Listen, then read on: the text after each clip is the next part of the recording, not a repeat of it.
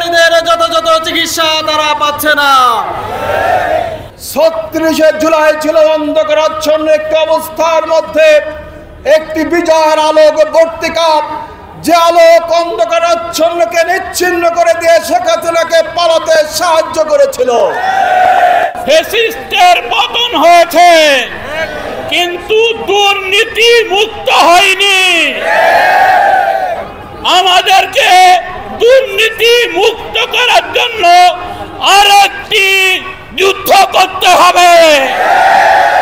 সে চিরদিন ক্ষমতায় থাকার চেষ্টা করেছিল, কিন্তু সেইটা সম্ভব হয়নি।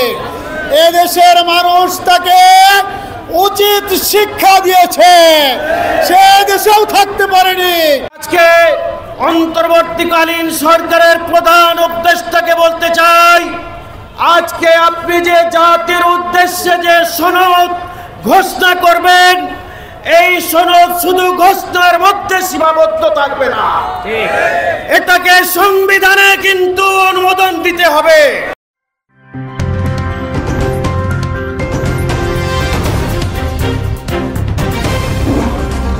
Voice of Tiger.